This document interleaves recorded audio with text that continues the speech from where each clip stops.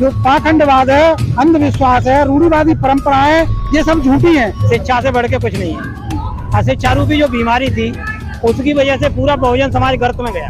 बाबा साहब और महात्मा फुले और तथागत बुद्ध का अगर इतिहास पढ़ें तो मैं सही कह रहा हूँ, एक पाखंड से दूर हो सकते हैं। नमस्कार, मैं योगेंद्र और आप देख रहे हैं दिल्ली न्यूज़ इंडिया। हम इस वक्त मौजूद हैं मुरैना शहर में। यहाँ पर ज्योतिबा फुले की जयंती एक बड़े स्तर पर मनाई जा रही है। मुरैना शहर में एक बड़ा चल समारोह निकाला गया और जिसमें काफी तमाम लोग उपस्थित हुए। तो मैं इन लोगों से जानने की कोशिश, हमारे साथ कुछ वरिष्ठ लोग हैं, मैं इनसे जानने की कोशिश करूंगा कि ज्योतिबा फुले की क्या थी विचारधारा और क्या चाहते थे वो, क्या समाज के लिए उन्होंने संदेश दिया था। कुछ वरिष्ठ लोग हैं, मैं इनसे बातचीत करने की कोशिश करता हूँ। जी सर, सबसे पहले अपना नाम बताएं। मेरा नाम लोकेंद्र सिंह मित्तल। आज ज्योतिबा फुले की जयंती मनाई जा रही है, तो सबसे पहले तो मेरा यही क्वेश्चन है कि जो ज्योतिबा फुले ने समाज को क्या संदेश दिया था। समाज को संदेश दिया कि पहले जो बहुजन समाज था उसको शिक्षा का अधिकार नहीं था, तो उन्हीं के प्रयास से, उनकी मेहनत से बहुजन समाज को शिक्षा का अधिकार मिला और उन्होंने बहुजन समाज को शिक्षित किया। ज्योतिबा फुले ने अंधविश्वास, पाखंडवाद और जो मनु व्यवस्था चल रही थी, जाति भेदभाव, ऊंच नीच, इसके खिलाफ काफी संघर्ष किया। अंधविश्वास के लिए, महिलाओं के सम्मान के लिए, सती प्रथा के लिए उन्होंने अपना जीवन लगाया और सरकार से भी उन्होंने कानून बनवाए। जो अंधविश्वास, पाखंडवाद था उसके लिए उन्होंने सरकार से कानून बनाए और काफी उन्होंने सुधार किया और लोगों से सुधार करवाया। अभी हम यहाँ पर लोगों से हमने बातचीत की। ज्योतिबा फुले का नाम तो जानते हैं लोग, लेकिन उनकी विचारधारा के बारे में नहीं जानते हैं। नहीं, काफी लोग जानते हैं, ऐसा नहीं है। नहीं जानते तो इतनी भीड़ नहीं आती। काफी लोग जानते हैं, इसमें नहीं न के बराबर नहीं जानते हैं, लेकिन काफी लोग जानते हैं। जो महात्मा ज्योतिबा फुले की जो विचारधारा थी, सामाजिक की विचारधारा थी और समतावादी विचारधारा थी और लोग समझते हैं, तभी इतनी भीड़ आकर इस कार्यक्रम में उपस्थित हुई है। जानते नहीं तो इतनी भीड़ नहीं आती। क्या लग रहा है उनकी विचारधारा कुछ परिवर्तन हो रहा है? लोग उनको काफी हो रहा है। विचारधारा चल रहे हैं, काफी लोग चल रहे हैं। घर घर में अब उनकी तस्वीर भी मिलेगी और विचारधारा को भी मान रहे हैं और जो पाखंडवाद, अंधविश्वास है उसको लोग त्याग रहे हैं। जी, अपना नाम बताएं सर। भगवान लाल लरगल। कहाँ से आए सर? मुरैना से ही हूँ, अम्बेडकर कॉलोनी। आज ज्योतिबा फुले की जयंती मनाई जा रही है, उनके बारे में थोड़ा बताएं। देखिए साहब, ये महात्मा ज्योतिबा फुले की जयंती मनाई जा रही है, वो अब की बार पहली बार में वैसे कुशवाहा समाज और ये सभी समाज इकट्ठा हुआ है, दलित और कुशवाहा समाज इकट्ठा हुआ है, तो पहली बार जो मनाई जा रही है बड़े धूमधाम से मनाई जा रही है और बड़े हर्ष उल्लास के साथ मनाई जा रही है। अच्छा संदेश गया है इससे, भगवान बुद्ध और महात्मा फुले और कॉम्युनिज्म की बात भी कही है। उनका मुख्य क्या संदेश था समाज के लिए? क्या संदेश दिया था उन्होंने संदेश दिया था समाज को शिक्षित करना। जो समाज कभी पढ़ने लिखने का अधिकार नहीं था, जिनको बराबरी में बैठने का अधिकार नहीं था, वो सारे मतलब यानी अधिकारों को उन्होंने दिलवाया, वो आंदोलन छेड़े। ज्योतिबा फुले ने एक बात कही थी कि सुबह सुबह जब जगते हो तो 2 घंटियां बैठती हैं, एक मंदिर की और एक स्कूल की। तो तय आपको करना है कि किस ओर जाना है, मंदिर में जाना है कि जो शिक्षा का मंदिर उसमें जाना है। देखिए साहब, यानी उन्होंने महात्मा ज्योतिबा फुले ने एक ही बात कही थी, यदि आपको आगे बढ़ना है और शिक्षित होना है तो मंदिर की जगह है आप स्कूल की साइड में जाएं, शिक्षित बने, तभी आपका उद्धार हो सकता है। लेकिन अक्सर देखा जाता है कि ओबीसी समाज जाकर मंदिर में जा रहा है, घंटा बजा रहा है, यानी शिक्षा के मंदिर से थोड़ा दूर हट रहा है और मंदिर में जाने का काम कर रहा है। देखिए, यानी जिन महापुरुषों का उदय हुआ, जिनमें ज्योतिबा फुले, बाबा साहब अम्बेडकर और भी मानवर साहब कांशीराम का उदय हुआ, जिस उस समय से उन्होंने यानी जिन महापुरुषों को मतलब कोई जानता तक नहीं था, जो समाज कतई जानते नहीं थे, वो उन महापुरुषों को कबीर साहब, संत रविदास जी, महात्मा फुले, साहू जी महाराज, उनको वो क्षितिज पर लाए और उनका संदेश समाज को दिया और उससे ऐसा संदेश गया कि ओबीसी भी जागरूक होकर के अपने समाज में काम करने लगा और आगे बढ़ने लगा। मंदिरों को त्याग रहा है इस समय पर। अच्छा, त्याग रहा है मंदिर? त्याग रहा है, काफी लोग त्याग रहे हैं, शिक्षा की ओर बढ़ रहा है। क्या नाम? रामवीर सिंह। कहाँ से आया? मुरैना। ज्योतिबा फुले का जो मुख्य संदेश था वो समाज के लिए क्या था? ज्योतिबा फुले जी का मुख्य संदेश था शिक्षित होना। चाहे एक टाइम खाना कम खाओ, लेकिन शिक्षा की तरफ भागो और मंदिर की जगह स्कूल की तरफ जाओ। ये क्या लग रहा है, समाज आज मंदिर से हटकर की शिक्षा की ओर जा रहा है? नहीं, मुझे लगता है कि ऐसा नहीं है कि नहीं जा रहा है, शिक्षा की ओर बहुत जा रहा है। इसी का कारण है कि आज इतनी भीड़ और महात्मा ज्योतिबा फुले की मुरैना में सबसे पहले अभी जयंती मनाना चालू हुई है। क्या आपका नाम सर? मेरा प्रकाश मित्तल, विधानसभा जवारा 4।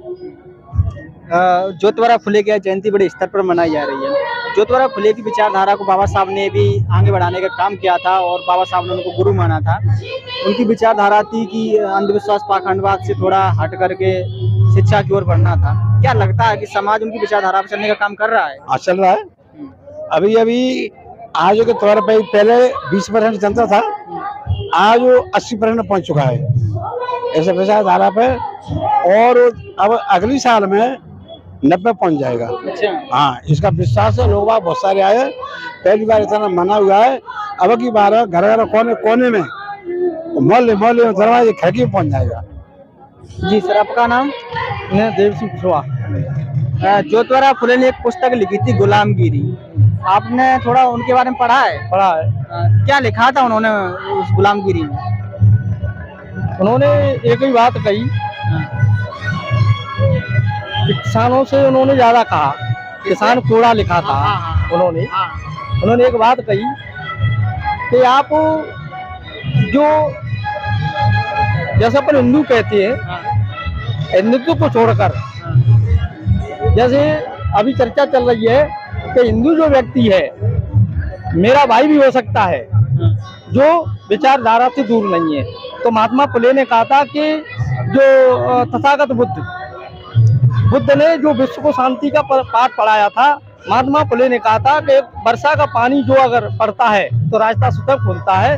उन्होंने दलित पिछड़ों को और जो बेकार लोग, महिलाओं को पढ़ने लिखने का जो समय नहीं था, उसके लिए जो मनुवाद लोगों का विरोध करके उनसे लड़ाई लड़कर और शिक्षा का ज्ञान सारी महिलाओं को, पूरे समाज की महिलाओं को, सामान्य महिला हो और चाहे ओबीसी तक चढ़ा हो और चाहे अनुसूचित जाति हो, सभी को उन्होंने पढ़ाने का काम किया। इसलिए वो इस भारत के प्रथम राष्ट्रपिता यदि सही माने में है तो ये है, लेकिन हम लोग गांधी को कहते हैं, वो गांधी कभी नहीं हो सकते हैं। इसलिए राष्ट्रपिता ये पूरे देश के हैं, क्योंकि अम्बेडकर एक ऐसे विद्वान है कि कोलंबिया विश्वविद्यालय में 100 साल की जो आयु में अगर किसी को शिक्षा में लेते हैं तो वे पहले विद्वान ऐसे हैं कि आज तक अमेरिका के जो कोलंबिया में पीतल की जो स्टेचू है, तो इसलिए उन्होंने उसको गुरु इसलिए माना कि यदि मनवादी लोगों से विरोध में अगर ताला नहीं खोलते तो आज विद्वान नहीं होते बाबा। आप ओबीसी वर्ग से आते हैं, लेकिन ओबीसी वर्ग कहीं ना कहीं अंधविश्वास पाखंडवाद पूजा पाठ में ज्यादा लिप्त है। हाँ, पूजा पाठ में इसलिए है कि अभी उन्होंने पढ़ाई स्कूल की है, लेकिन यदि बाबा साहब और महात्मा फुले और तथागत बुद्ध का अगर इतिहास पढ़ें तो मैं सही कह रहा हूँ, एक पाखंड से दूर हो सकते हैं। लेकिन जब तक वे पढ़े नहीं है, जब तक नहीं हो, तो एक इसलिए आए हैं कि महात्मा फुले हमारा कोई महापुरुष है, बस इनका इतिहास अगर पढ़ लेंगे तो बदल जाएंगे। लेकिन भाई इतिहास नहीं पढ़ा इसलिए नहीं बदल पाए। चित्र पकड़ा, चरित्र नहीं पकड़ा अभी। हाँ, अभी उनका फोटो, उनकी परिभाषा हम लोगों से सीखी है, उतना ही सीखे हैं कि चलो आज सीखेंगे तो कुछ इसमें परिवर्तन होगा। आप किस स्तर से समाज को जागृत करने का काम कर रहे हैं? हमने तो एक ही बात कही कि इनकी एक किताब छोटी छोटी घरों में देंगे और घरों में हम देते हैं और पढ़े, तस्वीर लें, उनका चरित्र पढ़े कि बाबा साहब ने क्या किया और महात्मा फुले ने कौन सी शिक्षा दी, कैसे शाला खोली और किससे लड़ाई ली, किस लोगों ने घर से पिताजी ने भी निकाला। तो बताओ कि इतना बड़ा अपमान सहकर उन लोगों ने सभी हमको पढ़ाने का काम किया। और जब बताओ कि एक पंडित की बारात में जाकर उन्हें सबक मिला था, यदि पंडित की बारात में नहीं जाता, जाति की वजह से भगा दिया गया था। इसीलिए उन्होंने कहा कि अब मैं एक ऐसा पाठ पढ़ाऊंगा कि शिक्षा के बिना अंधेरा है। इसलिए महात्मा फुले ने शिक्षा पे कमर कसी। पिताजी ने भी कह दिया कि यदि आपने शूद्रों को पढ़ाया और हम शूद्र हैं पढ़ाएंगे तो हम नरक में जाएंगे। तो पिताजी ने उन सभी मनवादी की बात को मानकर घर से निकाल दिया कि हमें शिक्षा देनी नहीं है, न शिक्षा लेंगे, क्योंकि हम शूद्र हैं। मेन मुद्दा जाति नहीं, शूद्र है और शूद्रों का पढ़ने का कोई अधिकार नहीं है। इसलिए वे अच्छे कपड़े पहनकर भी उनका अपमान किया था, इसलिए वे लिखा है। हाँ नहीं, वो तो सब लिखा है, पर उन्होंने बारात से भगा दिया तो ये गलत था। वहाँ से उनको जैसे ही बजाया तो उनका आत्मसम्मान जाग गया था। हाँ, उन्होंने कहा था कि अब मैं वो प्रतिज्ञा करूंगा जो कि मैं अपने समाज को पढ़ा कर रहूंगा, चाहे वो कितनी भी आगे परिस्थितियां हो, चाहे कितनी कुर्बानी लगानी पड़े, वो पूरा उन्होंने काम किया, तब उनको राष्ट्रपिता कहा जाता है। तो और लोगों से भी मैं जानने की कोशिश, तमाम लोग हैं यहाँ पर, पर्शियन लोग मौजूद हैं, मैं इनसे जानने की कोशिश करता हूँ। सर अपना नाम बताएं। मेरा नाम मुरारीलाल निगम है। सर जो ज्योतिबा फुले की जयंती बड़े स्तर पर मनाई जा रही है, यहाँ पर काफी लोग उपस्थित हुए हैं। ज्योतिबा फुले का मुख्य संदेश क्या था, उन्होंने समाज के लिए क्या किया था और क्या संदेश दिया था? मुख्य संदेश शिक्षा, शिक्षा से बढ़ के कुछ नहीं है। अशिक्षा रूपी जो बीमारी थी उसकी वजह से पूरा बहुजन समाज गर्त में गया। कुछ लोगों के द्वारा ऐसे ढोंग पाखंड रूपी जो है कुकृत्य फैलाए गए, ये मान के चलो तो इस समाज के शिक्षा के दरवाजे बंद कर दिए गए। ज्योतिबा फुले सावित्रीबाई ने शिक्षा के दरवाजे खोले, उससे इस पूरे बहुजन समाज का कल्याण हुआ है और मेन उनका उद्देश्य वही था। क्या लग रहा है, समाज उनके बताए हुए मार्गों पर चलने का काम कर रहा है? हाँ, बहुत चल रहा है, बहुत लोग चलने लगे।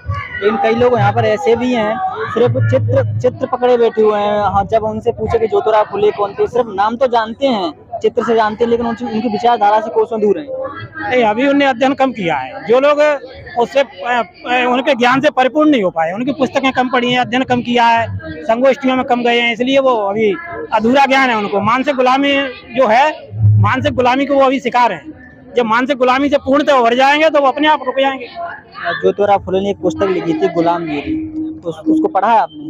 गुलाम में नहीं पढ़ा है। और लोगों से देखो उनकी किताबें थी गुलामगिरी, सत्यशोधक समाज, किसान का कोड़ा।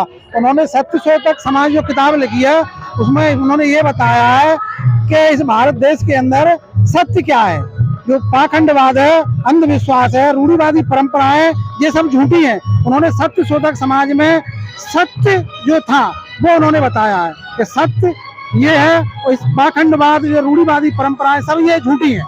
उन्होंने 3 किताबें लिखी है, ज्यादातर फेमस है उनकी, गुलामगिरी, सत्यशोधक समाज और किसान का कोड़ा। उन्होंने समाज को संदेश दिया है। गुलामगिरी में उन्होंने जो हिंदूवादी जो व्यवस्था थी उसके बारे में उन्होंने बताया कि हिंदूवादी व्यवस्था में जो बहुजन समाज था, उस बहुजन समाज को गुलाम बनाया गया है। इससे छुटकारा उन्होंने कैसे मतलब मिले, तो गुलामगिरी के माध्यम से उन्होंने छुटकारा दिलाने के प्रयास किए।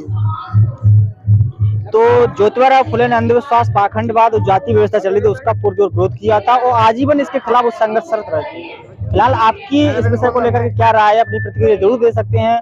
और इस चैनल को अभी तक आपने सब्सक्राइब नहीं किया है तो चैनल को अभी कर दीजिए सब्सक्राइब और इस वीडियो को ज्यादा से ज्यादा शेयर कर दीजिए। धन्यवाद।